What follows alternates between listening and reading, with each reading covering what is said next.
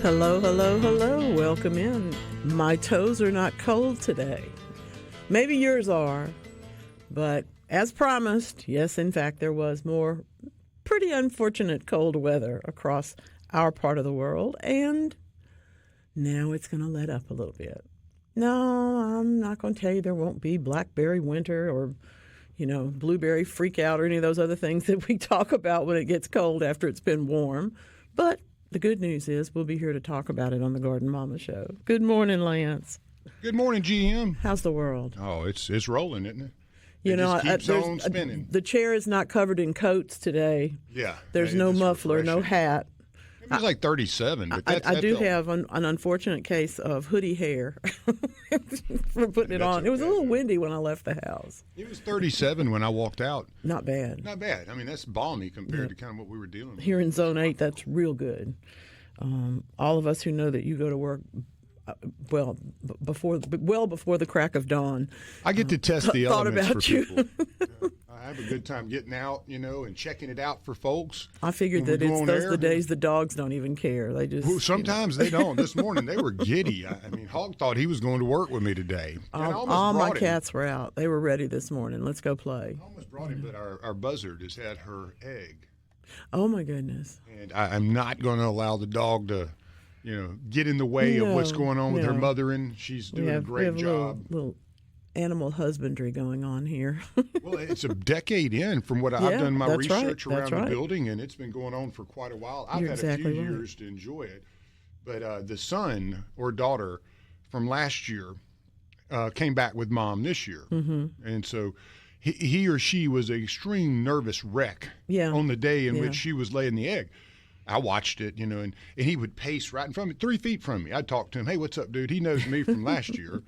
And he would pace right in front of me, walk all over the court, back and forth. You better be watching things. Arms down and right. just, head down. It was just very interesting to watch nature in that moment when even the sibling or the child was absolutely worried about mama over there. Isn't that great? And she sat there, and he took care of things. And then now that it's, I believe, once the egg came out and she laid it, and he did his thing. He was like, all right, she's okay. Mm-hmm. But I loved it. It was heartwarming. Yeah, he had to get back to being what he was, and he's cleaning up the roadways for us. So. Thank goodness. We appreciate that. Yeah. Well, we who have good relationships with our children are very fortunate indeed. And I know that mama is just as happy as any could possibly be to have a protector there for her, keep an eye on things.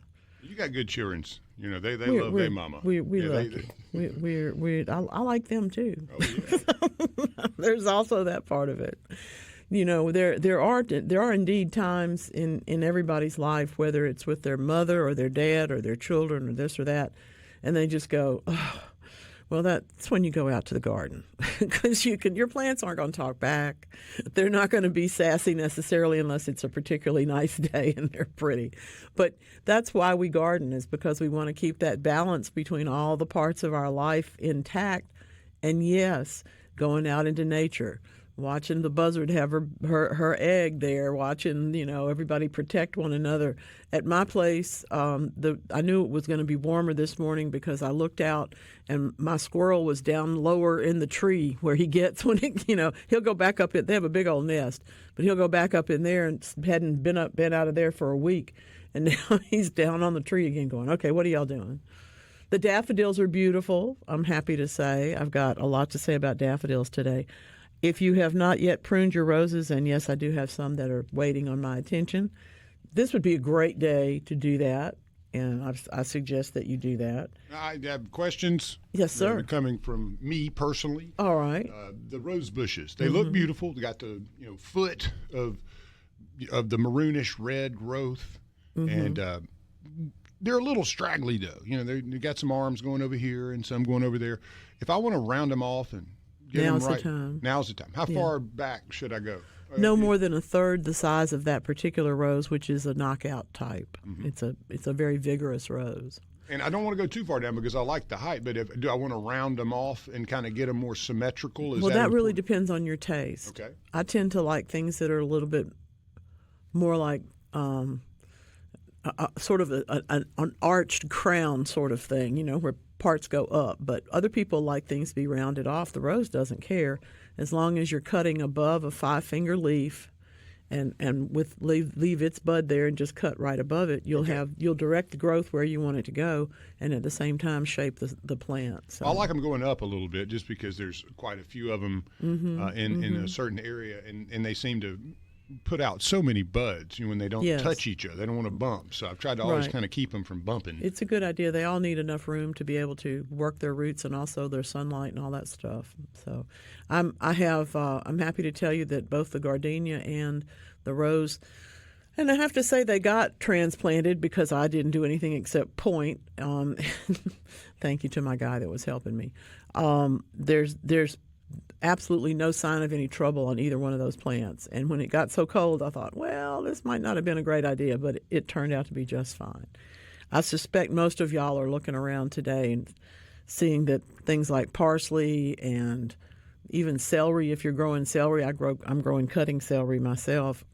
You need to fertilize. The pansies need some fertilizer. All of the overwintering annual plants need a dose right now because between rain and cold, I can guarantee you that the fertilizer you put out on the pansies last November, maybe October, whenever you planted them, is nowhere to be found. It is either washed into the root zone and past it well, or it's just dissolved because of the wet weather. So it's time to do that again if you haven't been fertilizing. Paula's in from Dentville. Good morning. Glad to hear from you. There are things to do. There's stuff to get done. And if I have the probably my most onerous, the thing I don't want to do, you might not want to do it either, is rake my neighbor's pine straw. But I got to do it. Got to get it off the lawn. So that's got to get done. I've been really thinking a lot about what's going on in the vegetable world. And in my case, it's really the herb world. Parsley and thyme are doing beautifully. 2 kinds of oregano are doing beautifully right now. Garlic and onions are all doing beautifully right now. But celery is really the thing that I don't grow all that well. And so I'm growing a traditional celery, but I'm also growing a cutting celery. Now, what is that? Well, it's a slightly different plant. It's entirely related, of course, but it is a spicier taste. It has a celery, it's like celery boosted up, and it has a thinner stem. It's not intended to form the celery that we would cut, into texture pieces for the gumbo roux or something like that. It is often used, though, as the herb just both for its leaves and for its stem because they're really good when they're cooked. This is not a raw herb product. I kind of feel that way, too, about oregano. Oregano's a great thing, but I don't want to eat it in a salad chopped up raw. If you'll put it into a vinaigrette where there's something there like the vinegar particularly to soften it up a little bit and brighten its taste, I'm all for it. But cooking celery or cutting celery, as we call it, is the same thing. It's a little bit too sharp for eating raw, in my opinion. It is a biennial. That means that it'll grow for ages. If it can survive the summer heat, it will make it all the way through to next year, and then it will turn around and form flowers the second year. It's a pretty flower. It's a very big pollinator favorite. The only time I've had it go into flower in my garden, it was completely unexpected and out of time. And in fact, it turned out to bloom late in the fall. And that turned out, it wasn't really when it should have bloomed, but it did.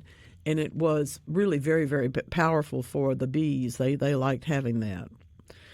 This is also called leaf celery. Sometimes you may find it with a label that tells you that it is that. And in fact, it's a strong taste. It's great in soups and stocks. It's really easy to grow, too, where celery has, it's a little bit finicky to grow the whole big tall stalks. In this case, you're really just growing you're trying to harvest the 3/4 top of the stems, and then it starts to grow again. So it's really a wonderful thing. I have had people tell me that they put it into tea, but I'm not there for cutting celery. It's too strong of a taste. I do like just a little bit of it, though, in any soup or stew or gumbo that I might be making. I was looking at the daffodils this morning. It was a little chilly yet for me to walk all the way through all of them. But I'm very happy to tell you that there are a lot of daffodils that really do a very good job in perennializing in Zone 8, Zone 7, even in Zone 9. And we're very fortunate to have all of them. There are a lot of different daffodil flowers, though. And I want to talk about that today and kind of get maybe open up our palette a little bit to have some different kinds of flowers, as well as more of them in the daffodil world. Bill's in Perkinston this morning, of course. How are you doing? He's, my goodness, talking about plum trees. The trees were in partial bloom. I knew this was going to come. And in fact, now the flowers look okay today. If they escape the freeze damage, you would be able to tell. No, you're right, Bill. He wonders if he's wrong. Of course, that's in Poplarville. Here's the thing. We're worrying about the blueberries. We're worrying about the plums. We're worrying about all of our early bloomers. But the good news is that we had just enough time for them to build themselves up that I don't think we're going to lose. I did get out and look at my blueberries, which had appeared to be just about to burst into bloom here in Zone 8, which is a little farther north, of course, than Poplarville.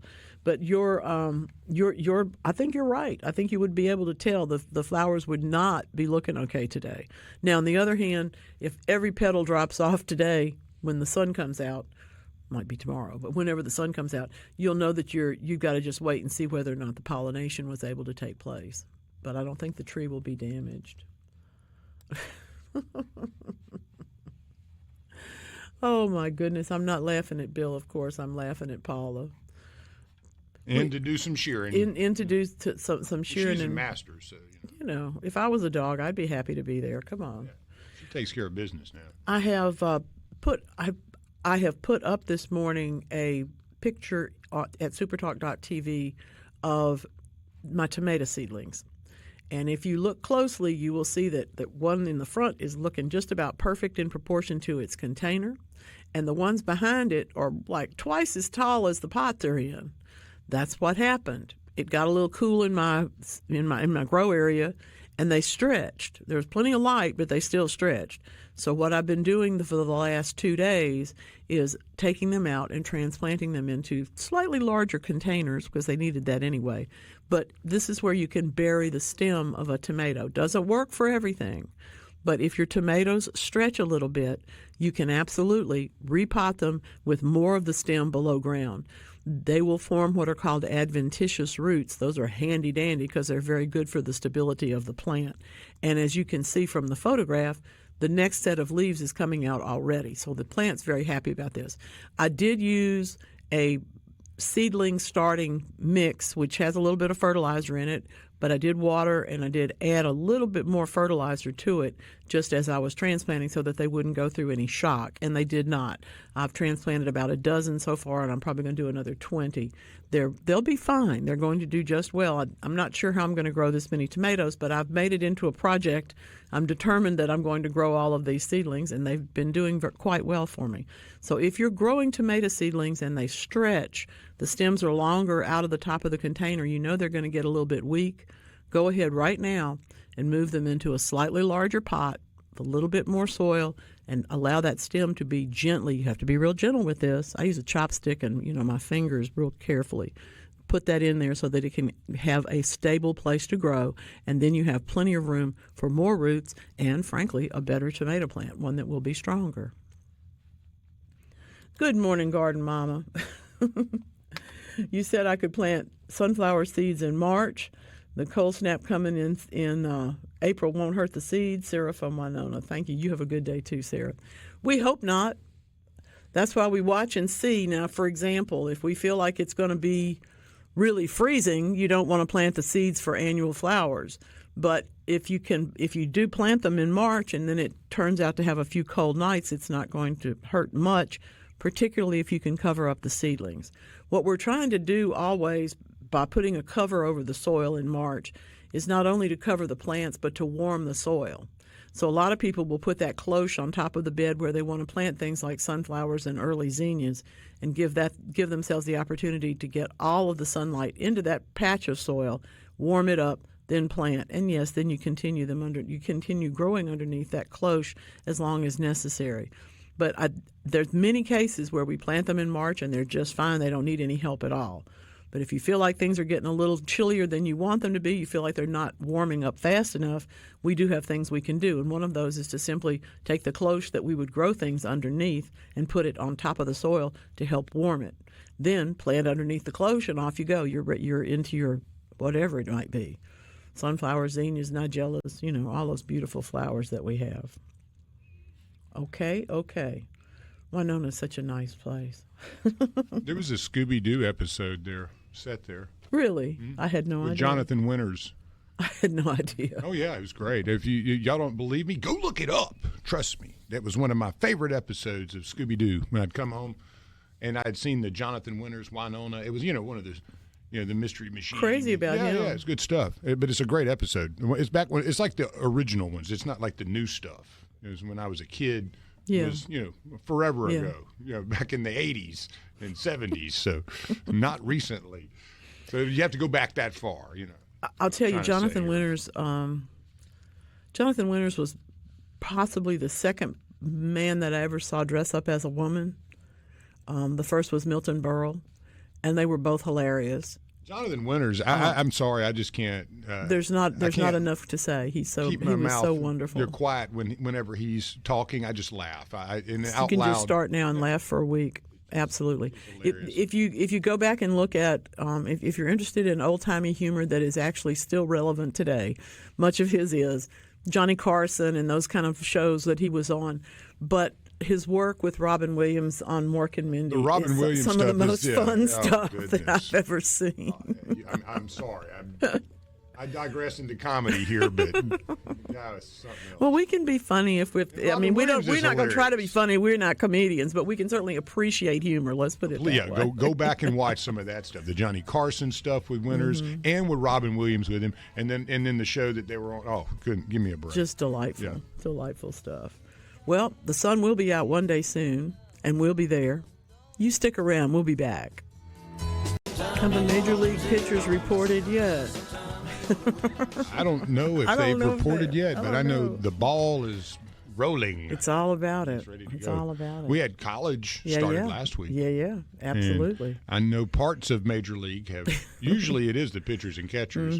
They get them there early and burn off the belly fat. Get them rolling. Yes, get over the assortment of other points of view and get into the rhythm. Get back in the rhythm. Get them running. That's the number one thing. All right, you got to run 4 miles today.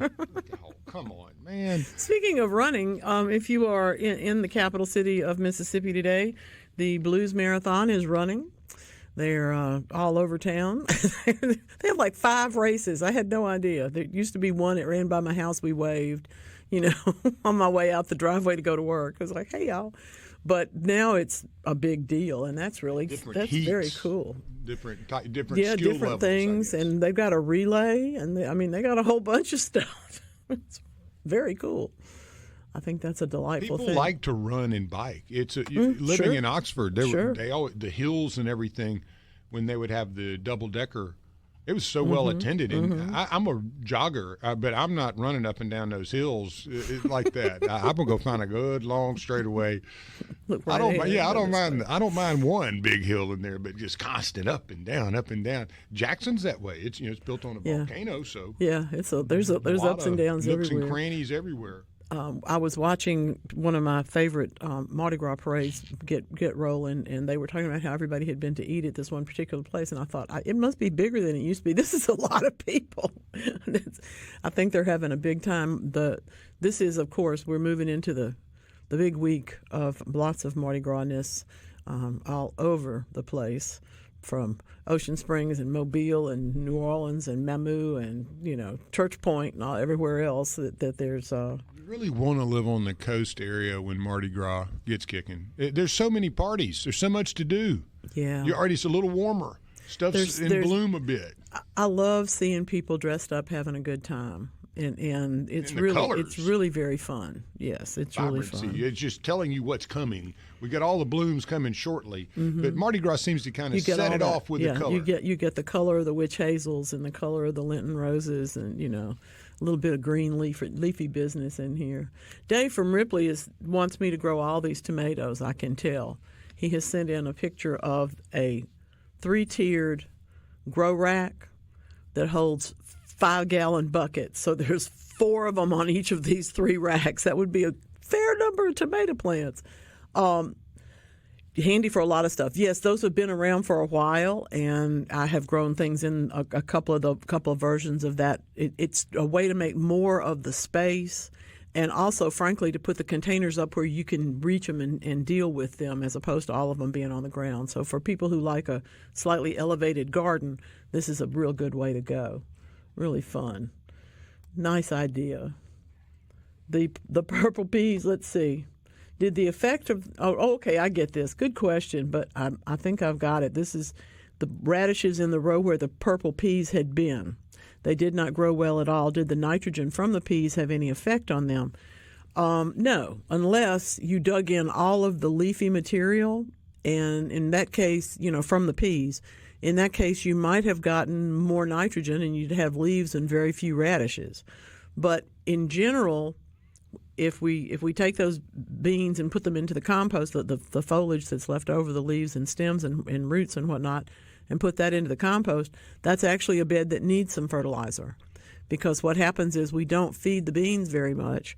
They, in turn, take nitrogen from the air, which works perfectly for them. They fix it themselves, but then they take it with them. And so your people do work that back into the bed sometimes, or they take it and put it in the compost. It's a resource either way.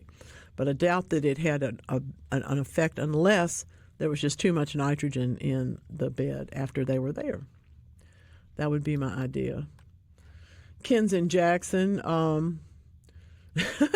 Well, interestingly enough, Ken, I'm looking at his amaryllis. It's got one short leaf and one long leaf. I don't know what's going on here. The small leaf has sprung up in the last week, and the tall one flopped over, and now it's all right. So what happened? Well, I think that your container is probably a little bit either wetter or drier. Amaryllis will flop its leaves over in response to either of those conditions. So I'm thinking that one or the other of those is working on you here. And the way that we propagate pothos, which is another question, is with a stem cutting. If you've got a leaf and a stem and a grow node, one of those places where the stem swells up a little bit, you've got enough to root. And I like to root a piece about a foot long because I like to put maybe 4 inches without leaves on it into water. And then that really does work well for me. And you get lots and lots of them. It's Ray and Sandy. Hey, y'all. On SuperTalk.tv. I know who was at their house this week. Nice house, by the way. Beautiful place. Lovely garden. And such great friends. Really fun. Fun to have y'all. That is coming up next at SuperTalk.tv, if you're looking in with me, is a delightful case of verbena. It looks like Homestead Purple, which is she's a rogue. Let's put it that way. This is one that can literally spread across the median of a highway in Florida in about a week and a half from 2 cuttings. I mean, it's really fast-growing plant in hot weather in bad soil, and we maintain them pretty well here too. Lots and lots of camellias in bloom everywhere, and that's been a really fun thing to watch. Really nice. All right. Got that Swiss chard going. Wonderful, wonderful, wonderful. I'm jealous because it does taste so good. It's another thing. It's another flavor that really goes well in things in the same way that the cutting celery that I was talking about before does. Swiss chard might be something that's too strong as a taste for you as an individual. You may or may not like it. But if you will use it in other things, you'll find that it makes a wonderful addition to any kind of greens, but it also makes a great addition to things like the mirepoix for making a sauce or something like that. Really, really nice.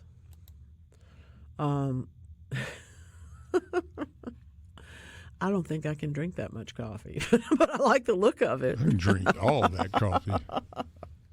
Why do y'all put whipped cream in your? Well, if they put a quarter gallon of espresso around, probably need the whipped cream. Yeah, I like the whipped cream just to feel better about myself. Goodness. Let's see. Greg and Vaughn was going to prune the roses, but they're already producing new leaves. Is it too late to prune them back? No. My roses have leaves on them. Some of them, not all of them, but some of them do. And this one does need to be shaped up. I can tell you that. It's got too many. It's got too many random canes sticking up all over the place for those flowers to be well supported. Not that we don't love nice green leaves and a lot of canes, but we're looking for flowers. So I think you're in a good place to do that. Let's see. Is there a kit where I can do a home soil test, or do I need to send it off? It depends on what you're testing for. If you just want to test for whether or not your pH is at neutral, if you want a real precise measure of it, you would need to send it off. But there are tests that you can do. You'll find them usually, maybe not at garden centers. It's one of those things that's kind of fallen off online, but try garden centers locally first for that sort of thing. There are also much more complicated versions of soil testing that you can do from other places. So it really does depend on what you're looking for. If you're trying to figure out if you have how many parts per million of potassium you have, we're going to have to go to a more sophisticated test. But if you're just trying to figure out whether you need to lime the lawn or whether you've got a neutral enough soil to grow asparagus or something like that, then you can certainly do the ones that you would purchase yourself. If I may say this, if you take a test, if you get a test that is not the one that you send off, and sometimes I even feel that way about ones that you would send off to the universities, but if you're testing it yourself, do it twice. And if you don't get the same result, do it again. And give yourself the opportunity to be sure of your information. It's very important. Coming up today on My World are Van Sion daffodils. Now, I'm really crazy about this plant. Daffodils are something that every garden should have at least a dozen plants, a dozen varieties. You tell me it does, but you got to have a bunch of them. And I think it's one of those, we always see the pictures of people standing holding bags of daffodils and flinging them over their shoulders. That is how people plant large waves and drifts of daffodils, because you don't want them to be stood up like soldiers. We think about planting tulips. We usually plant them in a pattern of some sort. Maybe it's a triangle or maybe it's a square, but we're trying to get their flowers to bloom one right next to the other. With daffodils, we're not trying to do that. We're actually trying harder to get them to bloom all over the place and actually have room for their individual little plants, too. So I want to tell you that there's many more than one daffodil that will grow in our part of the world. All they need is sun, to be planted in the fall, to be appreciated and not mowed down after they bloom, okay? The thing that's going to do that bulb the most good in the long run is going to be you leaving it alone until it can die back at least halfway and to its own brown self, because that's transferring nutrients into the bulbs, and that's what makes the blooms for the next year. Yes, you're going to fertilize, but you're still trying to grow the bulb and have it be there long after you are, in the case of many, many, many daffodils. Paper white narcissus have that quality, that they're long-lasting like that, but so do some of the others. I'm really very, very fond myself of Ice Capades. It's an early one. It's just beautiful. I'm crazy about it because it really does everything that I want it to do. Ice Follies is even prettier, I think. They're just lovely. Change their colors a little bit as they age, but mostly they're just durable. Hawera February Gold is another one. And of course, the classics. We hear about King Alfred, but King Alfred may or may not be as reliably perennial as some of the others. I'm still going to plant some. They do seem to come up pretty well and do okay. Daffodils can be your friend. I hope you will make them a big part of your garden. Let's see who else is here on the text line this morning. Shane says that he wants to know whether he's supposed to trim them or not. They look kind of scraggly right now, but they're wonderfully healthy plants. He's in Oxford. You don't want to touch them now. Someone famous says just look the other way for a few weeks, and then they'll green back up again. If you have anything that you know is dead, if it hadn't leafed out last year and it never made a berry so the year before, and you know that cane is dead, yeah, you could take that out, but you would take it out all the way to ground level to make room for new canes to come up. If the plants just look kind of scraggly, like most things look at this time of the year, leave them alone, and the time to prune the blackberries is right after they fruit.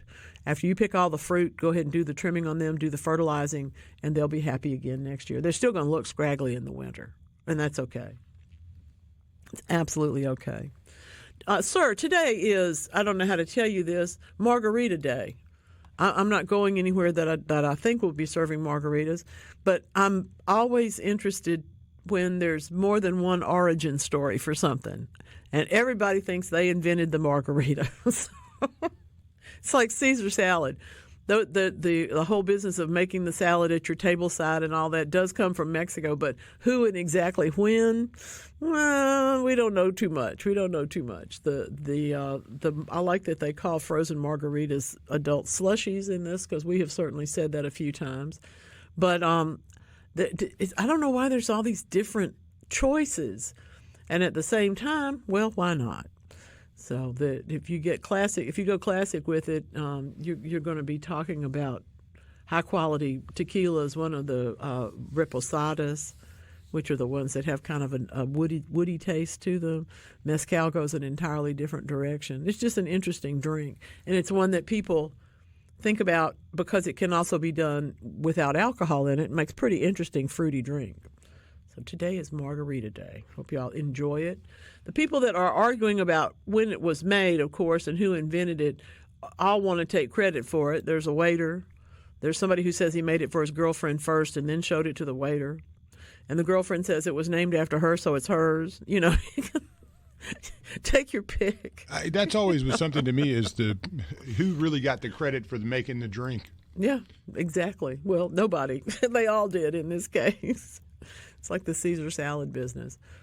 It's real funny though. We talk about these days and what's going on.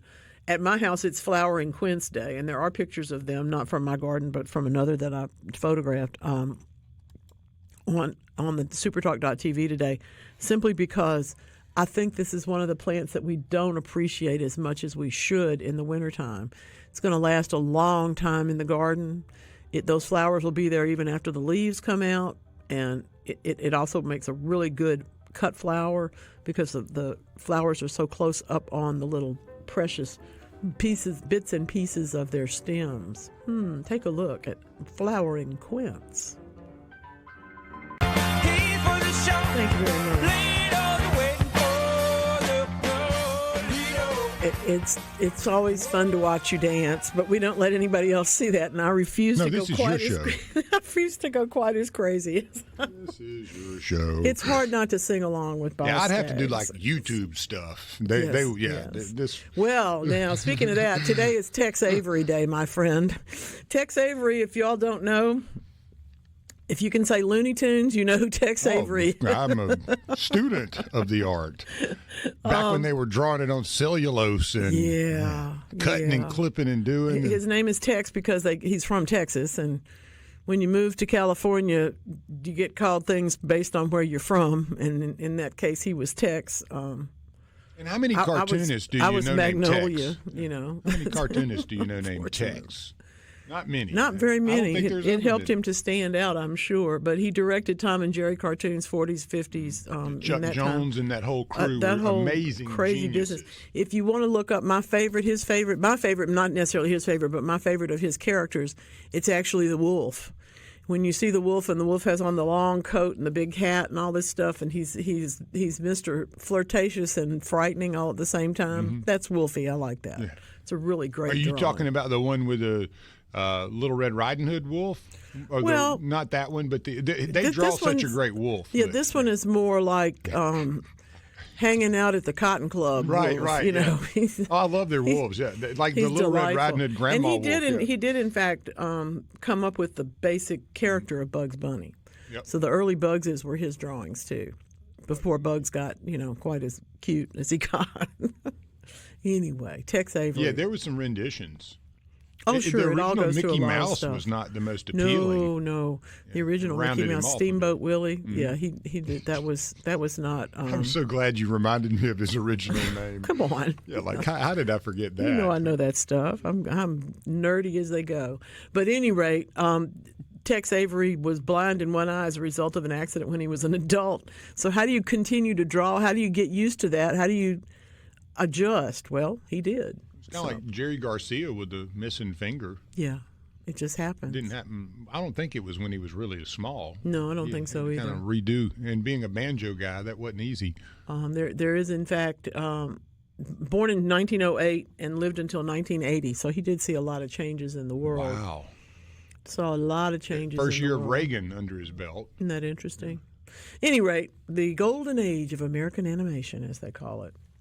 And it truly was. This is a good one. Zoot Suit Wolf. That's him. That's it. Yes, exactly thank true. you. I looked that up. Exactly It had to be 6 months ago. Thank you, the Larry. Zoot Suit Wolf. That's Thank him. you, Larry. Yeah. I like the hat. I like the coat. I like the attitude. Yeah, he's got a great Don't want to go attitude. out with him, Yeah. but I would. like. Of course you would. Y'all would run the roads. Come on. Good time. I'll watch over here. We're talking about margaritas. See, it could be a party. Paula's ready for us to have the margarita party. So. I made a bunch of those. And well, you were a bartender. I loved what we did was we used a lot of really fresh ingredients. Sure. And also some very high-end stuff. Yeah, by the way, if you were under the impression that things like margaritas come out of a bottle, you need to go to a better bar.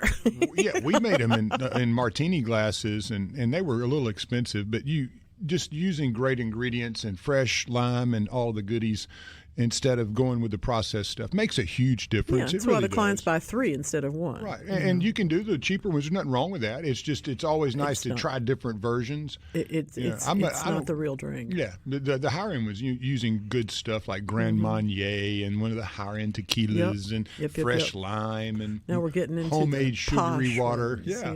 It's always kind of fun. It's good. Using lime twists instead of a big wedge because you've already put the juice in it. Oh my goodness! I'm being called upon to look into my crystal ball and predict the future. The weather. We need that terrible music that they play whenever anybody pulls out a crystal ball. Oh, we need like the Twilight Zone music. Greg is so great. This is East Yazoo County. Y'all know Greg is with us all the time around here. Thank goodness. Beautiful part of the world. First picture is the blueberries before the cold. And the second is yesterday. The bushes were covered with fabric cover that goes all the way to the ground. It was 19 and 20 degrees here in Vaughn. What do you think? Will they still bloom? They got juiced up in that 80-degree weather. Yeah, mine did too. Usually it's the cold snap when they're fully blooming that gets them. That's what I think. I'm with you. I don't know if they're going to bloom. I think they're going to bloom. I think mine are going to bloom.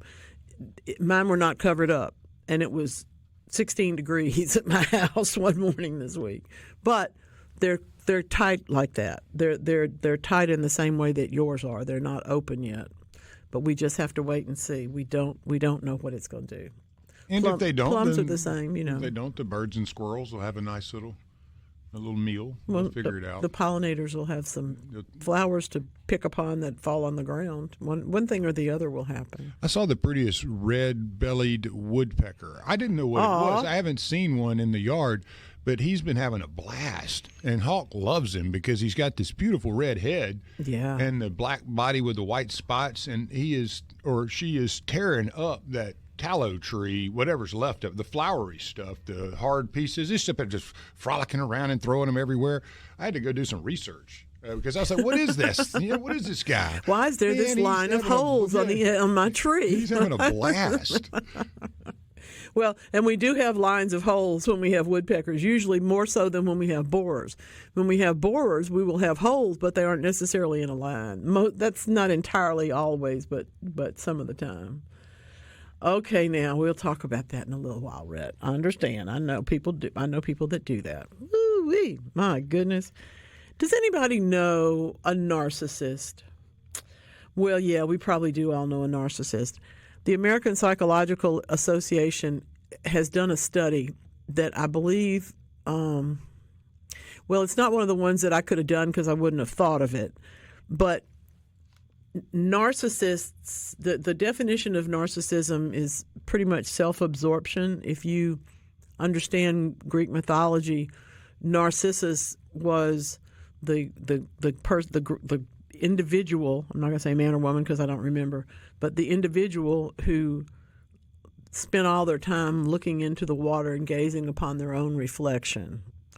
And this, of course, can be pleasant, but at the same time, you miss a whole lot that's going on around you.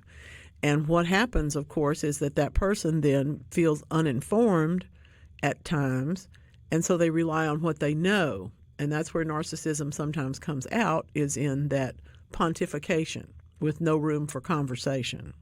So, faced with ambiguous social situations, that is to say the ones where they can't necessarily pontificate, narcissists are more inclined to perceive exclusion than you or I would be, who are not necessarily gifted with those particular behaviors. They're less self-absorbed peers. We don't necessarily stare at our reflections in the water all the time.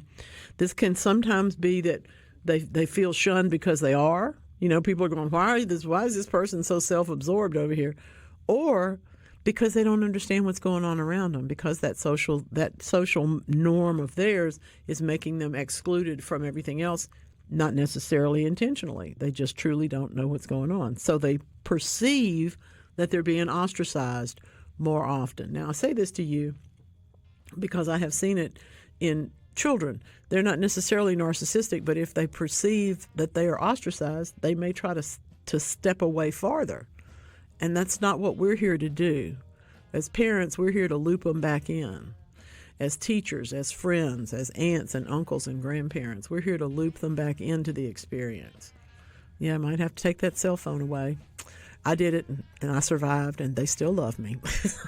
We'll talk more. Stick around. We got a lot to do. This is the Garden Mama Show. I will have Zoot Suit on the top of my brain for all the rest of the day today. We have two things as an update. Mike yes. He gave me two calls. First was regarding the margarita conversation, and he makes a candy apple margarita with coconut rum. And he said, Good grief. Yeah. So, I was like, man, we got a great recipes here. Let's write this one down. And two, he said, remember Mortimer Mouse, too, because he was also, Mortimer Mouse. It was also going to be Mortimer. My goodness. Yeah. So that was thank you, Mike, for the updates. And folks, be careful with a candy apple margarita Please be with very coconut careful. rum inserted.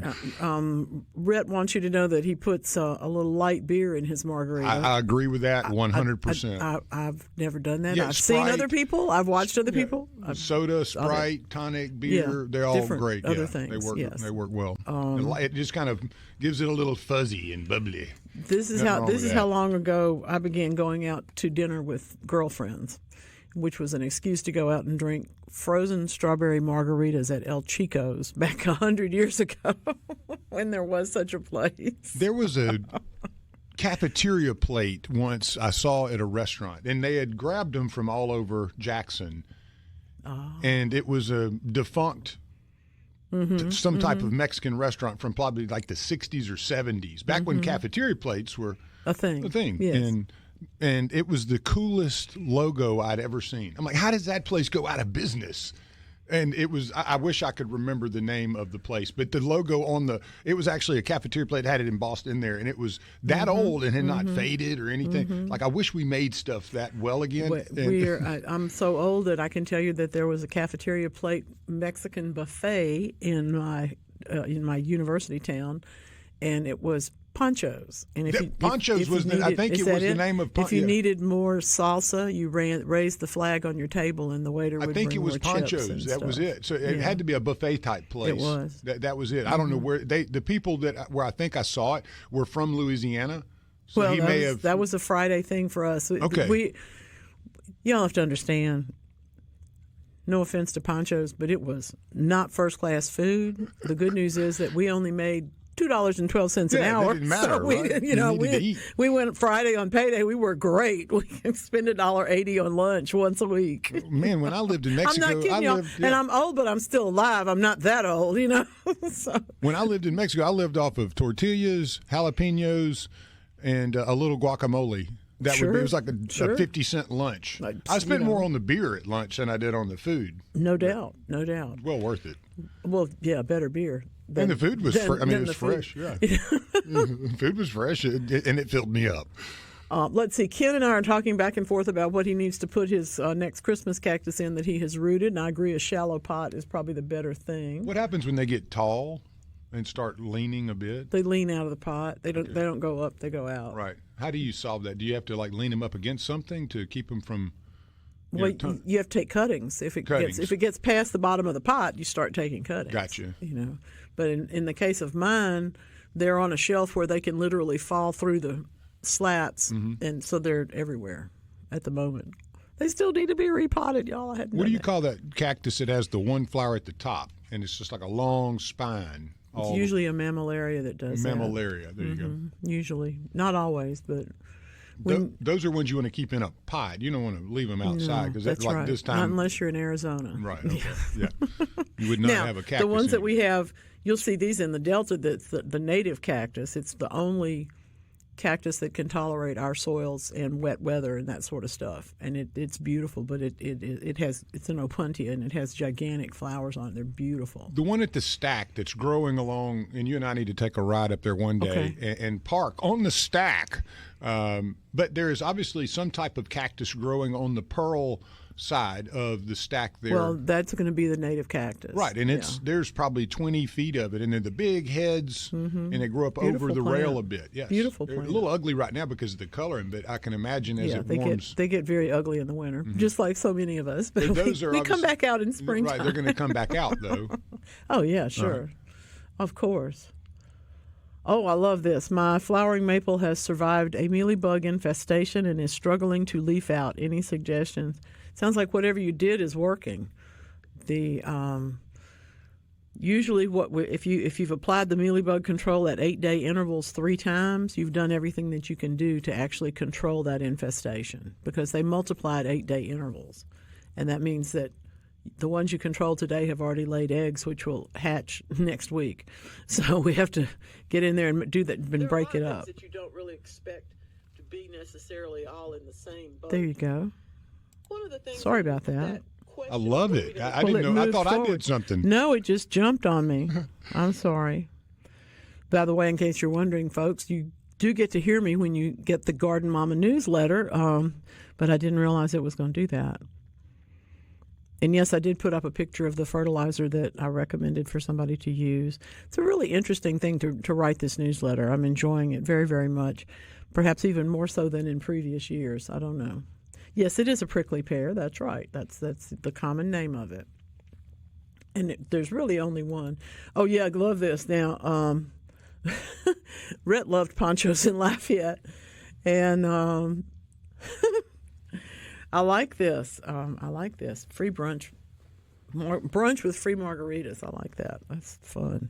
Sounds like a good time to me. I think I used to eat it in El Chico in Monroe when I went to Tech. Well, Bubba in Starkville. I think Ruston was Louisiana Tech and Monroe was Northeast Louisiana State College when I was there, but university later.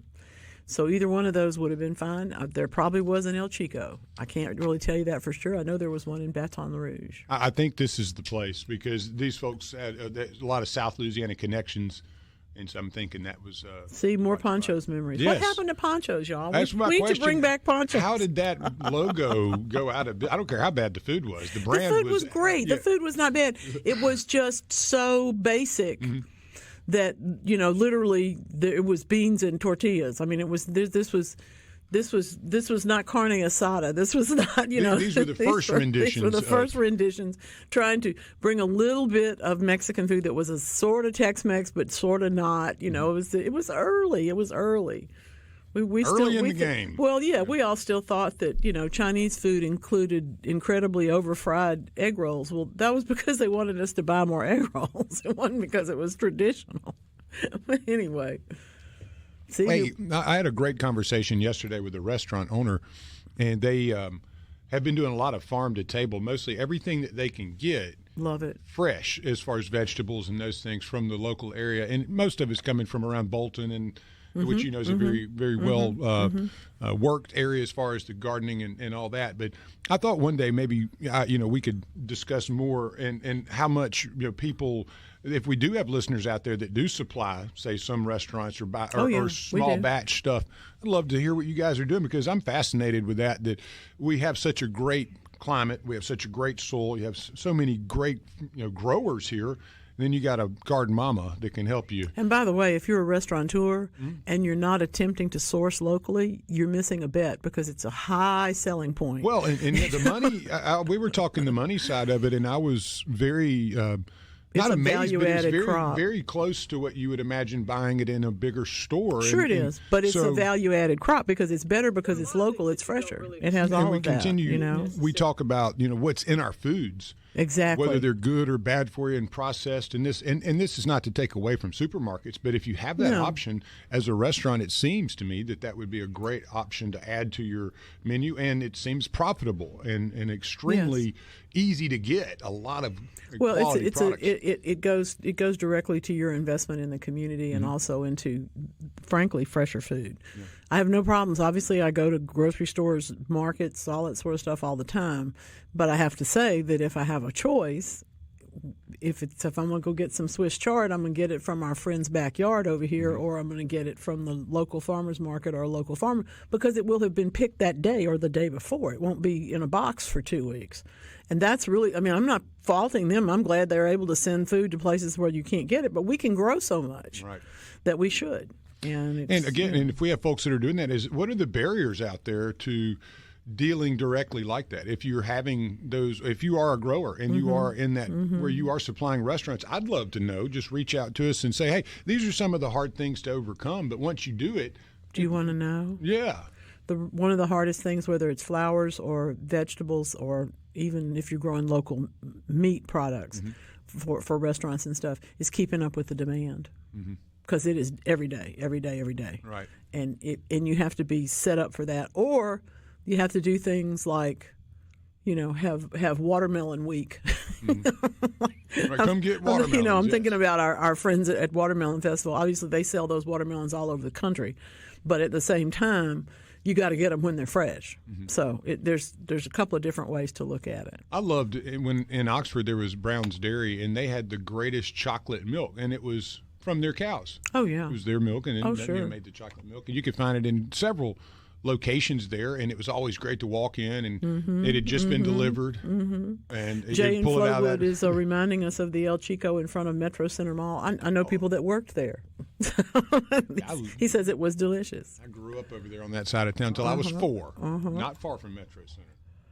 Let's see. Have I ever grown this variety of bachelor buttons? Yes. They're if they get 10 feet tall, I will say it's because you gave them too much nitrogen. They do have the capacity to get to be tall plants, but they need to be restrained a little bit so that your stems are nice and strong. Cornflowers are just beautiful, or bachelor buttons, whichever you want to call it. This is the cyanus plant. It is not the gomphrena, which we think of as the bachelor button. It's the little tight flower. These are actually usually called cornflowers, but either one. But yeah, I love that variety. I love the mixed colors. I like blue ones, particularly because blue is not so easy to find. But I also really do like the pinks because they're almost lavender in many cases. See, somebody's getting ready for Mardi Gras there at SuperTalk.tv. My house is not decorated. I found my wreath, but it's not going to get put up. Oh, fun. Good. DeSoto County, Southern Fast Food Restaurant. Love that. We'll give them a bit of a plug as soon as we talk to them. That'll be fun. But using local meats and vegetables, very, very good. And it's owned by a farmer. So I think that's terrific. Schnapps. Okay, here we go, Mike. I did get the recipe there. It looks like he has some good substitutions for it. I think I need to be at home if I'm going to drink that. Be staggering around home. Don't hit any stairs or soft spots. Oh, my goodness. That's funny. Yeah, be somewhere. Flat ground. Yeah. And soft, and just in case. Just in case. He said the hardest thing about drinking 3 of them in like 50 minutes, I said. Yeah, he said, I think, was it's not that you're going to get inebriated, it's the brain freeze that gets you. But he challenges anyone if they can take 3 of them down in 50 minutes. No, savor your drink. Come on, enjoy. Question about how to get the newsletter. Thank you very much for asking. Send me an email to mamaonair@yahoo.com. It is $60 a year, and you can send money to me in PayPal, or you can send money to me in Zelle, both at that email address, or you can just write to me and I'll tell you how to send me a check. Or we can meet for coffee and, you can pay me cash if you want to. We've done that a few times. Cash is king. Well, there are people who don't. Or gold. Gold will work. Gold would work, but there are more and more people, especially in my generation, who already were. They didn't even like to write a check, because you didn't know how long it was going to take for it to get. So they're really not much into the whole monetary world thing, paper world. They want to come bring you some cash. That's nice too. Very pleasant. Let me see now. Butterscotch, green apple, all liquid. Oh, wow. That's quite a recipe. All right. We will not be sampling that here on the air. We'll do that after air time. Yeah, I was going to say, I think we have to be well off the air before that. Does anybody else get as much static electricity as I do? I do. I touch everything, and I realize that I have an electric personality, but that's not what I'm talking about. The reference to styrofoam peanuts sticking to the cat's hair, is another good example of that. But that tiny electric jolt has been the subject of controversy for years and years and years. People, they study it. It is, if you've ever, speaking of silly party tricks, if you've ever gone anywhere and somebody rubbed a balloon on their hair and made people's hair go across the room with them, because it was so staticky. This particular subject of intrigue has letting us know that this is contact electrification. It is unpredictable, but the order to it goes directly to what happened to that surface before. It's kind of confusing. That's what they're going to study next, but it has to do with the previous. I think because I've had static electricity my whole life, I'm probably always going to have static electricity, is what they're telling me. I don't really know why. They don't either. But it's just interesting that it's a thing enough to be studied at universities internationally. The Institute of Science and Technology in Austria is the ones that did this particular one. They're trying to put a little order into the chaos. I touch the styrofoam cups every morning to get coffee. Every morning they stick to me. I have to be careful when I stick it under there, because if I don't, it'll come back with me. How interesting. And the coffee will start pouring down every day. I don't know what now the rest of the day it's not, but it's that first contact. I'm doorknobs with that first and people and some pieces of furniture that are just for some reason or another very attracted to me. I guess I don't know what that is. Interesting stuff. Naugahyde. How many Nagas had to die for that couch? Come on. Because we always talk about emus around here, I didn't want to miss a chance to talk about the modern. They are, in fact, the modern dinosaurs. Like birds, they're as close as we're going to get to that particular phenomenon. They're bigger technical people than we are. This is, in fact, I love the word paleonoth. It's hard to pronounce. Love that sort of stuff. But anyway, it's not just the commercial with the emu. They are, in fact, busy all the time solving problems. I think I need an emu. Can I have one? How tall does the fence have to be? I think you just train it. Yeah, well, I've had so much success training animals in my life. Anyway, I'm going to come back. We're going to talk about what other day it is today and what else you can be doing in your garden this week. Stick around. Or as we call it, the freeway. It's the highway. Us California girls. Well, the good news is that she likes sweet tea and turnip greens, so it's okay for her to be here. So that's nice. Hey, now, I don't know how to tell y'all this, but Pancho's Mexican buffet has more stuff on Wikipedia than you want to know. It's a revelation. But it did make it into the 21st century. It closed up entirely, I think, around 2012, somewhere in there. But it was all about that raising the flag thing.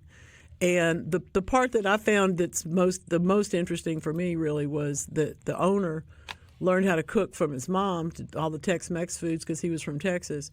But I really appreciate the fact that he learned how to cook and then was in a serious amount of, as they say, government service. He was in the military as a chef, as a cook. Wow.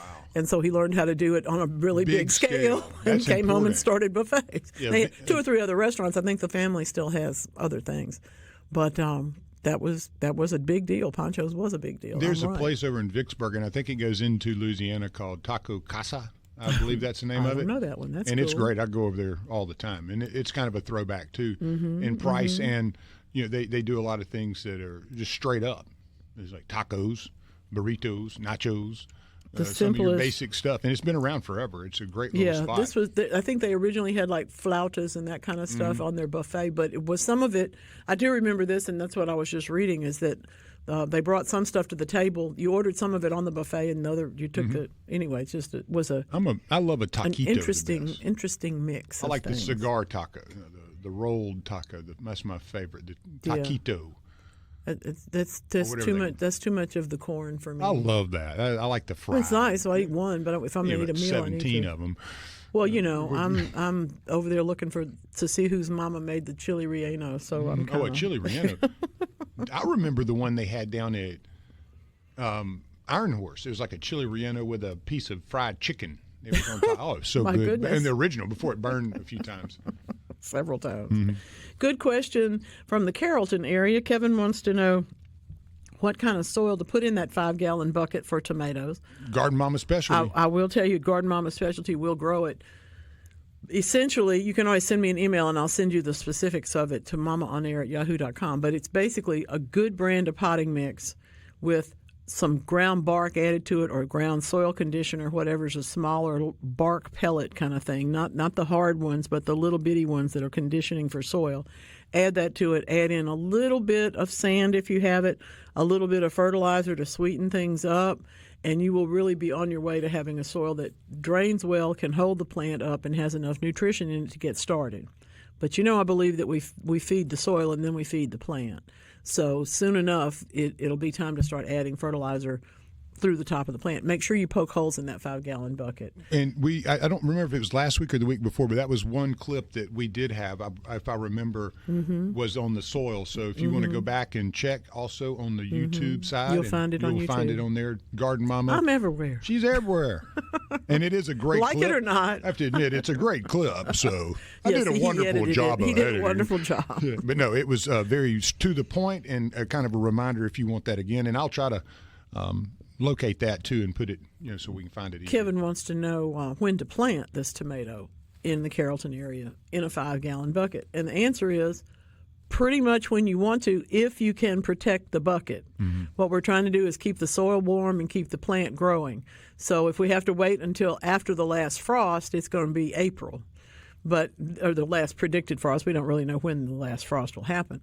But because one of the joys of growing in containers is that we can literally plant them, let the sunlight heat up the 5-gallon pot most of the days, keep the plant covered on top, and then roll it inside if we need to somewhere in a garage or something if it's actually going to be freezing.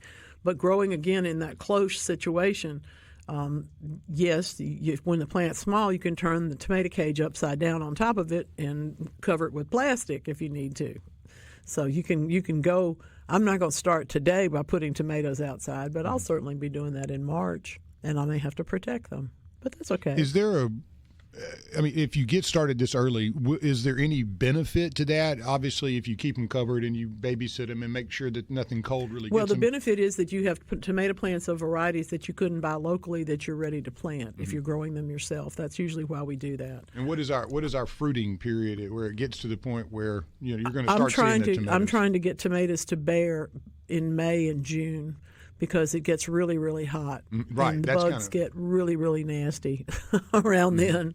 So if we can get them to go ahead and make as early. That's why the variety Early Girl was so popular for a while. It has just about 4 days less time that it takes to mature the fruit. So that's how it got to be so popular. Is there a kind of a golden rule for how many do you want to plant?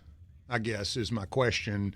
Do you want do you want to break out in hives, or do you just want to eat tomatoes occasionally? I mean, you have to make your choices here. If all your neighbors and relatives are going to be coming for your tomatoes, you better plant 2 or 3 more than you expect to need. But a family of 4 can generally, if everybody eats tomatoes and you make tomato sauce also, can generally do with 3 or 4 plants. Okay. That may be too many if your family. Then you got to give them away to us. Exactly. Right. If your family hates them, and it's also partly it's insurance gardening. It's if I only plant 1 and it doesn't do well, then I'm sad. Well, that's what you always say, right? But if I plant 3 or 4, So if you do have too many, we're available. We are very much available. Bacon and tomato sandwiches season is coming. We absolutely can. It's a funny thing how. When people talk about what they miss or what they appreciated at some time, or have a sort of a look back moment, somebody was saying that I don't even know these people, but they said there was a guy on so and so street, and every year in the middle of June you could go by and buy tomatoes off the tables in his front yard. His family had grown up and gone away, and he just grew them because he liked to grow them, and he would put them out in the front, and you could come get them. And I said, wait a minute, I don't know you, but I knew that guy, because I remember going by and seeing that guy, wrote about him for an article at one point.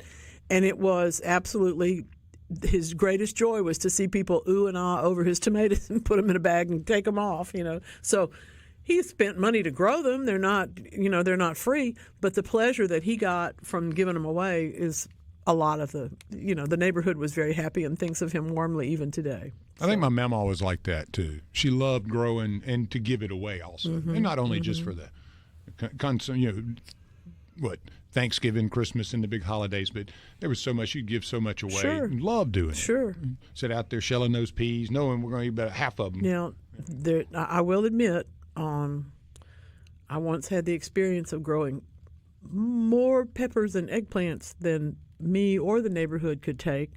But it was when the squash really bore out too much that people would cross the street when you were walking towards them. They'd had enough.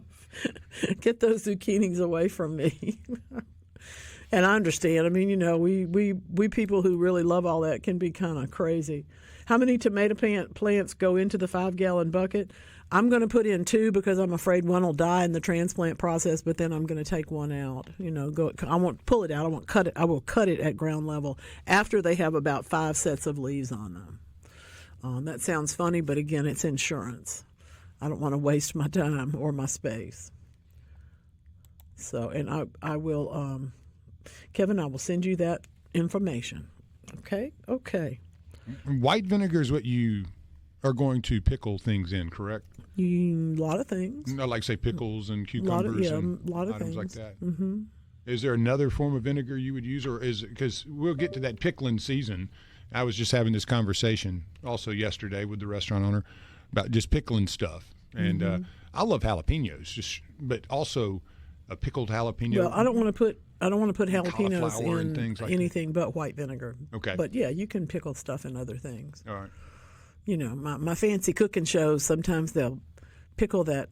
They call those the quickles because it's really not a pickle. It's a quick thing, treating it vinegar on red onions and cooking it for just a little bit.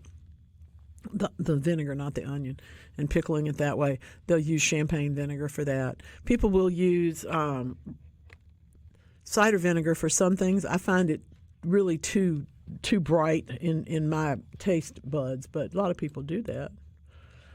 Let's see. We got a call from Lucy, and she's really interested in the tomatoes that we're discussing. Good. So, Lucy. Hey. Good morning, Lucy. Thank you for calling. Hey, my question is I grow tomatoes in pots, like you're talking about, maybe bigger pots. Mm-hmm. How often, from year to year, do I plant it, just put it in there again, or do I need to dump that soil out and redo something to it? Or I dump the soil out because of the problem with root knot nematodes that can happen in tomatoes, or else I just plant something else in that soil and move the put the tomatoes in another container. Okay, so you rotate do it twice. or dump it. I don't do it twice. Recondition. Mm-hmm. Okay, that was my question. Thank you so much. Well, thank you for asking it because it's important. It's one thing that we can get ourselves in trouble with. We just think, oh, well, we'll just plant again. Well, you need to think twice. Thank you, Lucy. I appreciate that. Yeah, I've done that before, and then they didn't do well. Yeah, they just look at you. And that's the worst part. They don't actually even die. They just look at you. You know, they just sit there and don't grow. They don't do anything. It's really irritating. Thank you so much. Thank you so much. Let's see now. Kevin says, what's the best type of tomato to grow for sandwiches? He's going to grow 2 buckets. Great idea. I would say Better Boy is a really good choice because it bears in clusters and it's very, very reliable. But I would also say Celebrity is another really good choice because Celebrity isn't as tall. Celebrity is what is called determinate. The others are indeterminate. You don't know how tall they're going to get. Determinate tomatoes like Celebrity will be about 4 feet tall. And I think in a 5-gallon bucket, that's about all you need. But it makes a lot of tomatoes. And again, it's a case where you have to fertilize, feed the soil, but then you have to fertilize the plants too to get all that to happen. And obviously a whole lot of, good sunlight and water when they need it. All of that works out. I have been saving this for this point in the morning because I really didn't know there was so much to even know about this. Today is sword swallowing day. I've never swallowed a sword. I don't intend to. But for all of us who have thought that was just really weird and freak show and odd, how do you think they're able to do endoscopy? How do they think they're able to, that they ever invented the idea of putting a tube down your throat to see what was wrong with you? Well, the sword swallowers taught them how to do it. So, okay, now I think more of the sword swallowers. I just thought it was weird. You've seen it. You've seen jugglers and sword swallowers and all those things at a Renaissance fair or something, some street event, some game. They used to have those at like beginnings of concerts. Yes. And the people would blow the big bubbles, and do all these entertaining things. For those of you who've never been to those concerts, we suggest you start one of your own. But anyway, that whole business is, I just had no idea that it had any applications beyond impressing the people around you, and in fact it does. So I'm happy about that. I know there are plenty of people that have to have that test done. Well, you could just put one of those little spy cams on the end of your sword and just take a look. I'm sure somebody has done that by now. However, I did not know that people had been doing this since 2000 BC. And it was magical, and it was considered in the same way that if you've ever watched a ballerina dance that really knows their thing, you understand that a great part of ballet dancing is holding your muscles in a tight frame that they're absolutely not intended to be in for long periods of time. Well, that's what sword swallowing is. It's just a different set of muscles, but it has to do with your ability to basically hypnotize yourself into allowing all this to happen. The Greeks and Romans did all this, and then China in the 8th century and Europe in the 12th. I wonder if Marco Polo took it over there. Anyway, Europe in the 1200s, and of course then the mid-19th century, people were a little bit more pragmatic about things, and they said, don't teach her how to do that. We don't want that. Anyway, just funny stuff. No, Andrea, I do not have a mixture that I use just for tomatoes.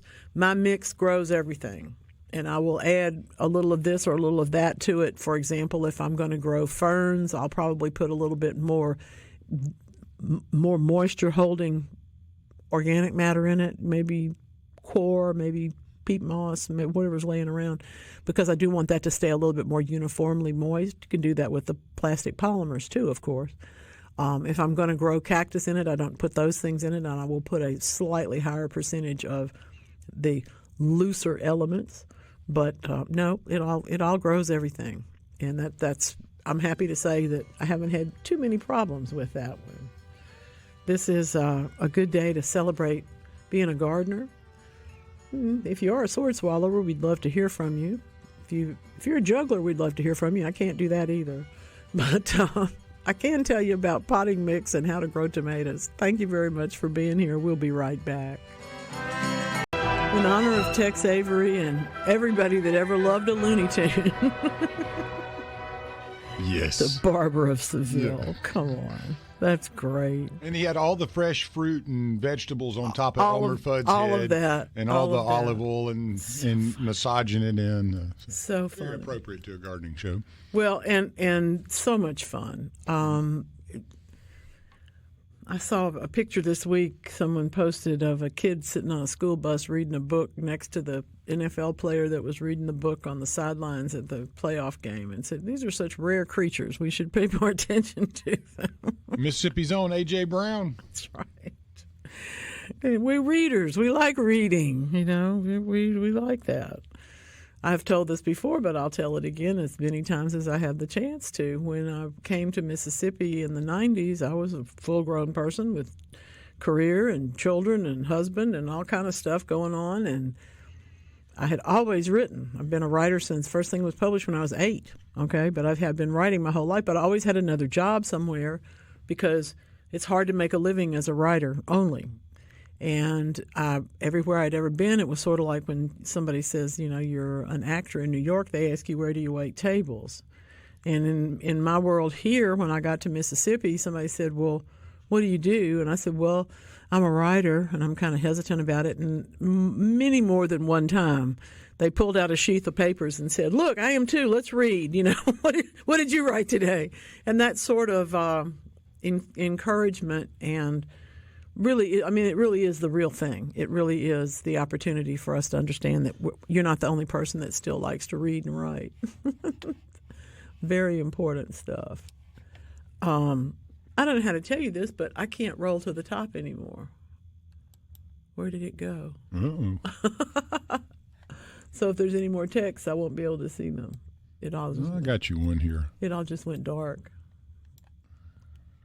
All right, it says, getting ready to do solar sterilization on raised bed garden with wilt black spot mold from last year. What do I treat soil with before I do this? How long to leave the plastic on, and what to add to the soil after planting it? At this time of year, I would drench the whole bed with fungicide and then put the cover on, the clear plastic cover, because you do need to suppress what the cooler weather in the springtime is, generally speaking, more favorable to those fungus diseases. And we don't want to just set up a place where it's just warm enough for them to really start growing. So I would drench the whole thing with a fungicide and then put it on for at least 6 weeks, maybe longer. Just depends on the temperatures, really.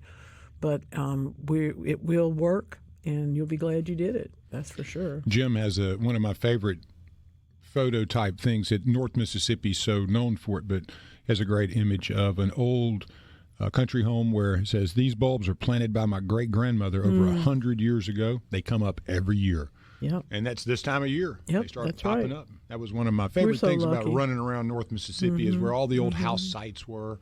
There would just be daffodils everywhere. In the fall, those same places have red spider lilies. That's right. They sure do. Meemaw may have planted one or two, but they proliferate beautifully and have done a great job of naturalizing themselves. I love that. It's so funny, as if they weren't natural to start with. Well, you introduced them to a place where they didn't grow, and then they started growing. But as they naturalize or as they perennialize, they do go on for years and years and years, decades. It's wonderful. I have one comment about today. I was sitting here putting together the synopsis for our show today, and I was going through all the topics. Margaritas. No, I have. Where else can you get a very detailed discussion of daffodils, growing celery, potting soil, sword swallowing, margaritas, farm-to-table local sourcing, pruning roses, growing tomatoes, and so much more? Where can you get that?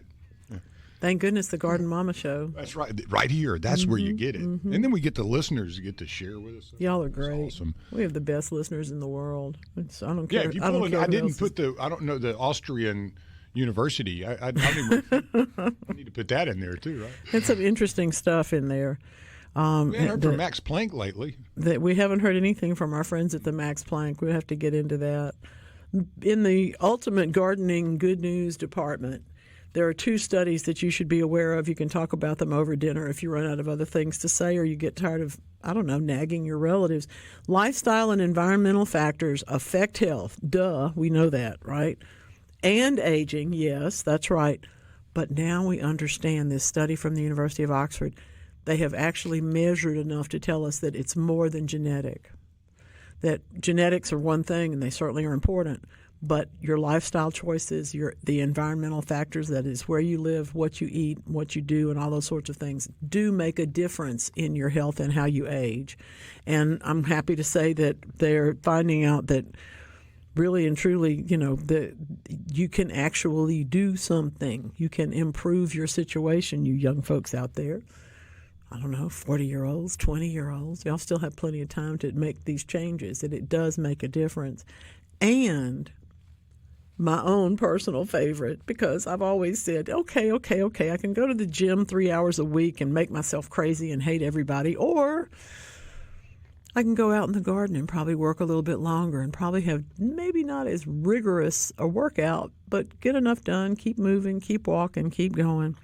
The Johns Hopkins Bloomberg School of Public Health tells us that a little movement, even a little bit, even for people who are frail and people who are old, people who are sedentary, actually will help. Engaging in as little as 35 minutes of moderate to vigorous, somewhere in there, just any of that, per week. Not every day, 3 times a week, none of that stuff. Just keep moving. And it does, in fact, when compared to people who make no such moves, was associated with a 41% lower risk of developing dementia in the classic. They follow these things up for 4 years. I was hearing something to where somebody was talking about, well, there's no proof in science or this or that. Well, if there's not, it's not actually good science. So you need to go look and read the things. And in this case, what we're looking at is the studies that they studied various populations, and then they also turn around and review the records of other people's study. That's how we find out if it actually is true. And this is true. I love it. Go garden some more. One follow-up question from our listener who asked about the sterilization. Yes. What do I put on the soil after sterilizing and before planting, if we didn't answer that? That would be the point to take a soil test, right? Maybe say 3 weeks before you plan to open it up and do everything. Take a little bit of soil from it, do a soil test, and then you'll know exactly what you need. Because you may not need anything. You may just need a little nitrogen. You may not need any phosphorus at all. You may, it really does vary from place to place. But there's not. I would like to tell you that I can recommend, so many mason jars full of this particular fertilizer but I can't, because I don't know what condition the soil is in. What we say generally is that if the soil will grow anything, you can probably grow vegetables for at least a year. That you won't use up everything that's in there at least that fast. But to be sure, it's a good idea to go ahead and get that soil test done. And then by the time you're done, you'll also know whether or not you need to add things for drainage. If you've got, if you're too loose, the water's draining away too fast, or if it's staying there for too long, you can adjust all of those things when you take that plastic off. It's a real good idea. Works better in the summer, of course, but it's going to be fine now too. My goodness, that was fast this morning. I thought we were just in the first hour of school. Well, thank you for such a wonderful day, friends and neighbors. Appreciate you very, very much. We will be back with you again next Saturday. Meanwhile, come see me, mamaonair@yahoo.com. We'll talk about gardening and this, that, and the other thing.